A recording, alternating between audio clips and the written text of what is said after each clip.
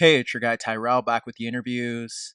In today's video, we're going to briefly analyze how Germany's 3-4-2-1 helped Robin Gosens dominate Portugal. So when we break down the game and we do look at the board, we have Germany in a 3-4-2-1 and Portugal starting in a 4-2-3-1. So today we're solely going to focus on the two systems and break down the issues that Germany created for Portugal out in the wider areas through overloads. So what we end up seeing from Germany is that they do have that 3-4-2-1, and they have Gosens and Kimmich looking to push forward to peg back the wide players. You have Kroos and Gundogan looking to drop off deeper to pick up the ball. And then you have that front three with Muller, Gnabry, and Havertz interchanging. The two players in behind Muller will be dropping off deeper to pick up the ball, or they could be looking to make runs in between the fullback and the center backs. And what we often saw in this game was that if the center forward, whether it be Muller, Gnabry, or Havertz, were occupying Pepe and Ruben Diaz, then you would see the two deeper attacking midfielders shifting into a narrow position to occupy Rafael Guerreiro and Semedo. On paper, this should have been relatively straightforward for Portugal. If you're pressing higher up the pitch, then you want Bernardo Silva and Jota to be closing down the wide center backs, with Ronaldo closing down Hummels. And if you have Kroos dropping deeper or Gundogan, Bruno Fernandes would step to one, and then you would have William looking to push forward to occupy the spare central midfielder. Out in the wider areas, with Gosens and Kimmich pushing higher up the pitch, you could have Semedo and Rafael Guerreiro stepping towards them, and then you have a 3v3 battle. Whether it be Gnabry or Havertz dropping off into the midfield zone, you want Danilo to pick up that marker, and then you'll have the closest center back picking up the vacant attacking midfielder, while the other center back will deal with the center forward. Even if Portugal wanted to maintain a compact shape in their two banks of four, they could simply apply pressure to Hummels, Rudiger, Ginter, or Toni Kroos when they got near the halfway line, and the same would apply. Ronaldo would step to Hummels, and if the ball was, for instance, shifted out to Rudiger, Bernardo Silva would step to apply pressure. He could block off the passing lane into Gosens, but if he didn't, then if the ball was shifted out to the wing back, Semedo could shift across, and then Pep could deal with Gnabry. And in that same sequence, you would have Jota sticking towards Kimmich, Bruno Fernandes stepping towards Kroos, and William near Gundogan. If the ball was shifted to the opposite flank, then you would have Jota stepping towards Ginter, and like I said, he could block off the passing lane into Kimmich, or he could simply apply pressure to the center back, with Rafael Guerreiro shifting towards Kimmich, Ruben Diaz now focusing on the movement of Havertz, and that's when you would see Bernardo Silva tracking the movement of Gosens. Given the likelihood that the two attacking German midfielders would look to drop off into pockets of space in that midfield zone to receive the ball, if you have Bruno Fernandes stepping towards Kroos, then you need Danilo and William to hold their position in that central zone, because if those players do drop off and one of the members of the Portuguese back four doesn't stick tight with them,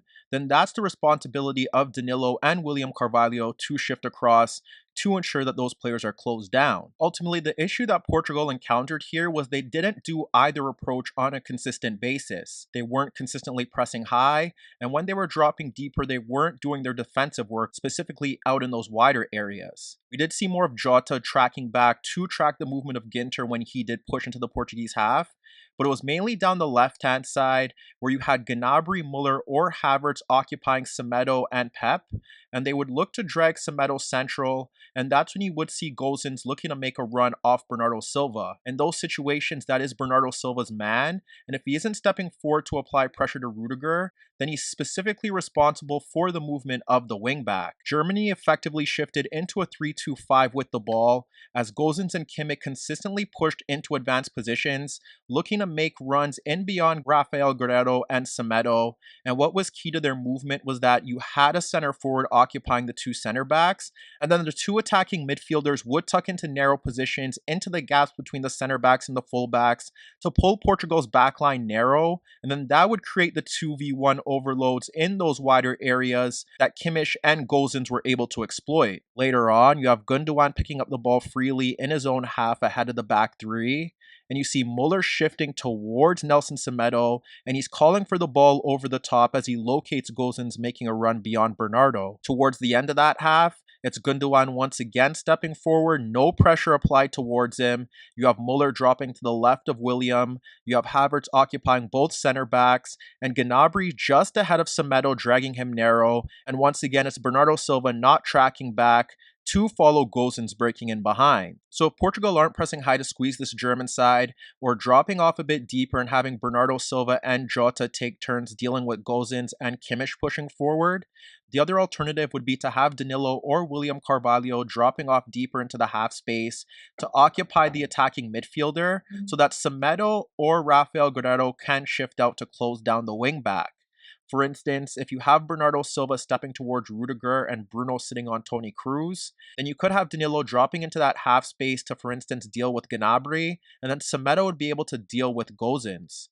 That would see William pushing out to Gundogan, and then you'd simply need your center back to track the movement of Kai Havertz if he does drop off into that midfield zone. And even if you want to go one step further, given that Portugal did have a 1-0 lead and receive warning signs within those opening 15 minutes, the other alternative would be to have Danilo dropping into that center back role, shift to a 5-4-1 out of possession, and then man mark this German side across the pitch. You could go 3v3 against the German attack, have Semedo and Rafael Guerreiro dealing with Kimmich and Gosens, and then you have 2v2 with Bruno and Williams stepping towards Gundogan, and Bernardo Silva and Jota could deal with Ginter and Rudiger stepping forward. However, Portugal didn't make any significant changes in that opening half, and on several occasions they were consistently overloaded out in that left channel. You have Muller picking up the ball in the midfield zone to the left of Danilo, Kimmich pulling back Rafael Guerreiro, Havertz and Gnabry occupying the center backs and Semedo, and you could see Bernardo Silva with his head down not tracking the movement of Gosens. That results in Muller carrying the ball towards the penalty area, and you could see him pointing into space behind Semedo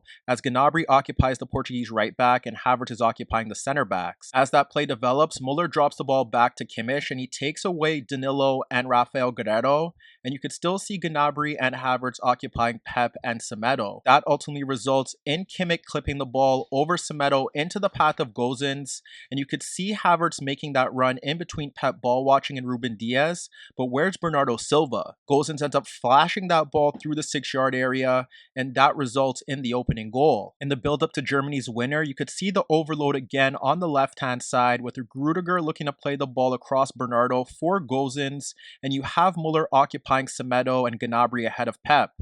When Gosens receives the ball, you could see the 2v1 with Semedo, and Gnabry is looking to take away both center backs with his forward run into the box as Havertz is ahead of Rafael Guerreiro. Gosens plays the ball back to Muller, and that's where you see Gnabry occupying Ruben Diaz, and now another overload ensuing as Havertz looks to make a run across Rafael Guerreiro, and Kimmich is breaking in behind at the back post. When Muller's cross is blocked, now you could see Havertz occupying Rafael Guerreiro, and that allows Kimmich to break free at the back post. And when Muller clips the ball into the 6-yard area, although Havertz doesn't get his foot on it, it falls to Kimmich, and you could see Gnabry making a run in between Ruben Diaz and Guerreiro. And when Kimmich pulls the ball back, Rafael Guerreiro guides it into his own net. Fernando Santos decided to shift to a 4-1-4-1 in the second half, and he replaced Bernardo Silva with Renato Sanchez and shifted him out to the right channel, but it didn't help Portugal against Germany's 3-2-5. The Germans still occupied the gaps between the fullbacks and the center backs, and they pushed the wing backs forward. And ultimately now in this system, it was Renato Sanchez and then eventually Rafa Silva who struggled to track the movement of Gosens, who was breaking in behind. They were able to get those overloads in those 2v1s, and the shift to a 4-1-4-1 wasn't effective. Here you could see Kroos pulling out Renato Sanchez as he drops off into an inside left position, and you have Gosens unmarked in the left channel with Muller occupying Nelson Semedo. You have Gnabry just in between the center backs, and Havertz dropping off Rafael Guerreiro unmarked, and as you can see, you have 2v1 to the left and 2v1 to the right. Here you could see Gundogan splitting Renato Sanchez and Danilo to find Muller dropping off Pep and Nelson Semedo in the pocket of space. But once again, look to the left channel and you have Renato Sanchez tucked in narrow, Nelson Semedo tracking the movement of Muller who was occupying him, and it's Gosens that's free down the left touchline. And seconds later, when Muller drops the ball off to Gundogan, he's occupying Semedo, and look at Renato Sanchez not tracking the movement of Gosens as he looks to make a run in behind the right-sided midfielder, and the only issue that Germany encountered here is that Gundogan's pass over the top into left half space was overhit. In the build-up to Germany's third goal, Muller receives the ball from Havertz as Havertz swaps positions with Kimmich, who's occupying Ruben Diaz, and Gnabry's in space just off of Pep and Semedo. Muller plays the ball around Danilo into the path of Kimmich, who looks to lay it off back into the path of Muller, running in between William and Danilo, and Gnabry now has a run in between Semedo and Pep. But when Muller receives the ball, Gnabry's movement in between Semedo and Pep takes them out of the game, and look at Gosens in acres of space and Renato Sanchez not tracking his movement. Muller ends up sliding the ball across Semedo into the path of Gosens in left half space, and now he has both Gnabry and Havertz making a run into the 6-yard box, and no Semedo or Renato Sanchez near him to close him down. The wingback fires the ball through the 6-yard box and Havertz makes it 3. And minutes later, you have Gundogan receiving the ball ahead of Danilo and Renato Sanchez not applying pressure. And you can see Havertz free between the lines and Muller occupying Ruben Diaz with Kimmich in beyond Rafael Guerreiro. When Gundogan splits the midfield duo, it's Muller who takes out Ruben Diaz and he looks to play the ball into the path of Havertz as you have a 2v1 down that right channel and Gnabry just ahead of Pep.